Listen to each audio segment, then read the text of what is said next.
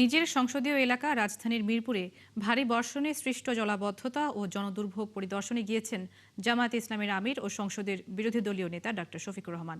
সেখানে রয়েছেন আমাদের সহকর্মী শাহেদুজ্জামান সাকিব। আমরা সবশেষ তথ্য জানতে তার সাথে যুক্ত হচ্ছি। সাকিব, একটু জানাবেন মিরপুর এলাকায় জলজটের পরিস্থিতি এখন কেমন এবং দুর্ভোগের শিকার সাধারণ মানুষজন কি বলছেন তাদের সংসদ সদস্যকে?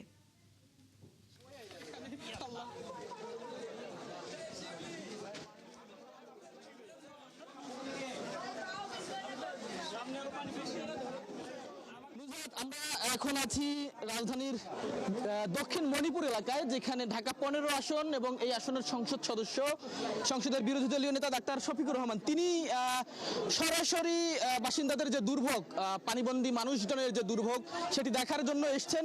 এবং এখানে প্রায় কোমর পানি, আমরা যে এলাকাটিতে এখন আছি সেই কোমর পানি এলাকায় রিকশায় ঘুরে ঘুরে জামায়াতের আমির তিনি বাসিন্দাদের সঙ্গে কথা বলছেন, তাদের দুর্ভোগের কথা জানবার চেষ্টা করছেন। এখানে প্রায় বাসা বাড়ি যেগুলো রয়েছে, অধিকাংশ বাসার নিচতলা পুরোপুরি ডুবে গিয়েছে এবং বস্তি এলাকা বেশ কয়েকটি রয়েছে। এখানে সে বস্তিগুলোর মানুষ একদম মানবেতর জীবনযাপন করছে, সেসব সরাসরি দেখে এবং এই এলাকার বাসিন্দা যারা আছেন তাদের সঙ্গে কথা বলে সেই দুর্ভোগগুলো জানবার চেষ্টা করছেন জামায়াতের আমির এবং বিরোধী দলীয় নেতা ডাক্তার শফিকুর রহমান।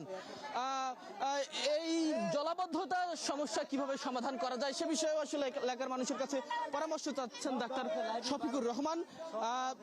এবং এই শেওড়াপাড়া মেট্রো স্টেশন থেকে এই এলাকাটুকু আসতে প্রায় 40 মিনিট লেগে গেছে এবং এখান থেকে যাতায়াতের কোনো পরিস্থিতি একদম নেই। দোকানপাট থেকে শুরু করে সবকিছু ডুবে গিয়েছে। এলাকার মানুষ যারা আছেন তারা কিন্তু জামায়াতের আমিরকে তাদের দুর্ভোগের কথাগুলো জানাচ্ছেন। পশ্চিম শেওড়াপাড়া খানকায়ে সুলতানিয়া এই এলাকাটিতে কিন্তু আমরা এখন রয়েছি, বর্ডার বাজার এলাকা। সেখানকার মানুষ সকাল থেকে বের হতে পারছেন না, প্রায় কোমর পানিতে ডুবে জরুরি প্রয়োজনে তাদেরকে বের হতে হচ্ছে। এবং তারা বলছেন যে সকাল থেকে তারা এখন পর্যন্ত অনেকেই না খেয়ে বাইরে বের হতে পারেনি, বাজার করতে পারেনি, রান্না বান্না করার মতো কোনো পরিস্থিতি নেই, এমন কথা কিন্তু, এমন দুর্ভোগের কথা এই এলাকার বাসিন্দারা বলছেন। এবং স্থানীয় এই এলাকার সংসদ সদস্য বিরোধী দলীয় নেতা ডাক্তার শফিকুর রহমানকে কাছে পেয়ে কিন্তু এলাকার লোকজন সেই দুর্ভোগের কথা জানানোর চেষ্টা করছেন।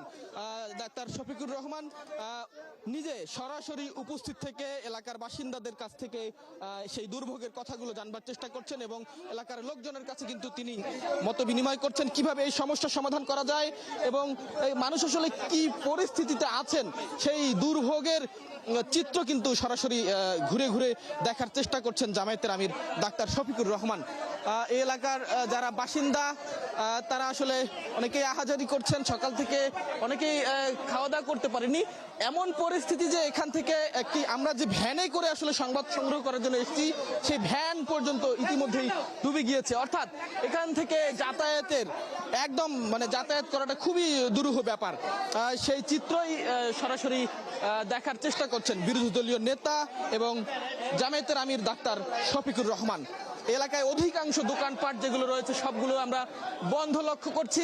নিচতলায় বহুতল ভবনের যারা নিচতলায় বসবাস করেন তারা সকলেই মানবেতর জীবনযাপন করছেন এবং কয়েকটি বস্তি আমরা ঘুরে দেখেছি, সেই বস্তির মানুষজন যারা রয়েছেন তারাও কিন্তু সেই মানবেতর জীবনযাপন করছেন। এই এলাকায় কোমর পানি পার হয়েছে এই এলাকার রাস্তাঘাটগুলোর জলাবদ্ধতা এবং সেসব চিত্রই, সেই দুর্ভোগের চিত্রগুলোই কিন্তু সরাসরি পর্যবেক্ষণ করছেন স্থানীয় সংসদ সদস্য এবং বিরোধী দলীয় নেতা ডাক্তার শফিকুর রহমান।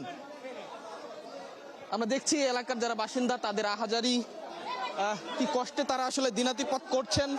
সকাল থেকে কেউ বের হতে পারেননি, বের হওয়ার মতো পরিস্থিতি আসলে এখানে নেই। তারা অতি দ্রুত এই জলাবদ্ধতা কাটানোর জন্য সরকারের দৃষ্টি আকর্ষণ করছেন এবং এখানে স্থানীয় সংসদ সদস্য এবং বিরোধী দলীয় নেতার কাছে তারা আসলে সেই সমাধান খোঁজবার চেষ্টা করছেন কিভাবে সমাধান করা যায় এবং তারা আসলে কি কষ্টে আছেন সেই বিষয়গুলোই কিন্তু বিরোধী দলীয় নেতা নিজেই ঘুরে ঘুরে এখানে দেখবার চেষ্টা করছেন।